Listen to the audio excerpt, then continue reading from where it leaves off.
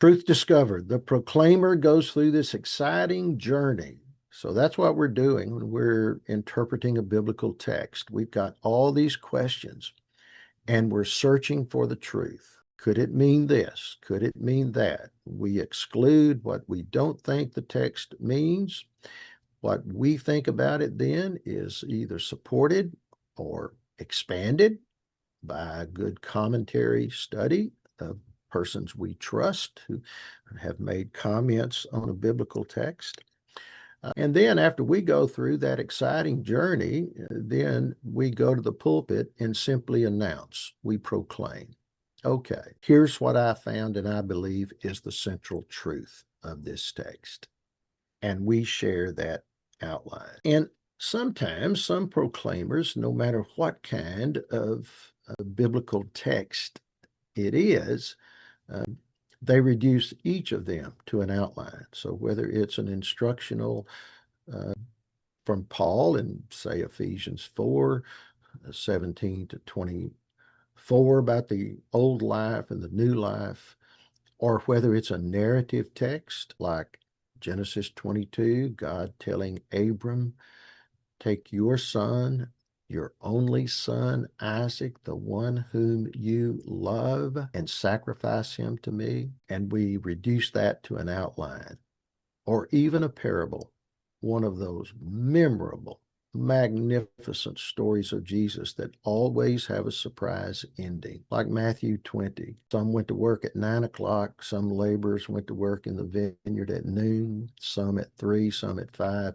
And then at the end, 6 o'clock, the end of the day, the owner started paying. He paid the 5 o'clock folks first. They only worked an hour. And when the folks who had come at 9 a.m. saw what they got, they thought, oh boy, this has been a good day. But the folks who came to work at 9 and worked all day got the same pay as the ones who came to work at 5. Jesus always has a little surprise twist at the end of a parable. And so it seems to me that a little bit of recognition of that being a parable and not just an instructional text should make a difference in the way we proclaim that maybe a parable shouldn't be reduced to an outline, just emphasizing the ideas or the major propositional truth there. And if we only do deductive preaching, then we run the danger of preaching the outline, just the outline instead of the text. And if we're not careful, the outline comes between the congregation and the text. We never want the congregation to be removed from the text. We are working hard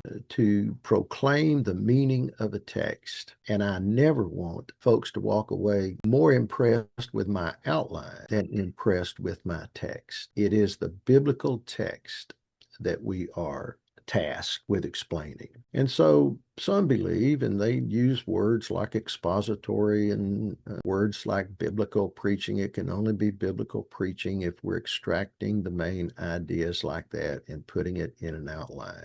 What I want all of us to consider is there is only one way to develop the message. There's only one way to interpret a biblical text. But then we have choices with sermon shapes. We have choices with the way it is packaged. There are other ways to preach. They are biblical because they're centered in the text. There are other ways to preach. Deductive outline is one way to package the message or the content of a biblical text.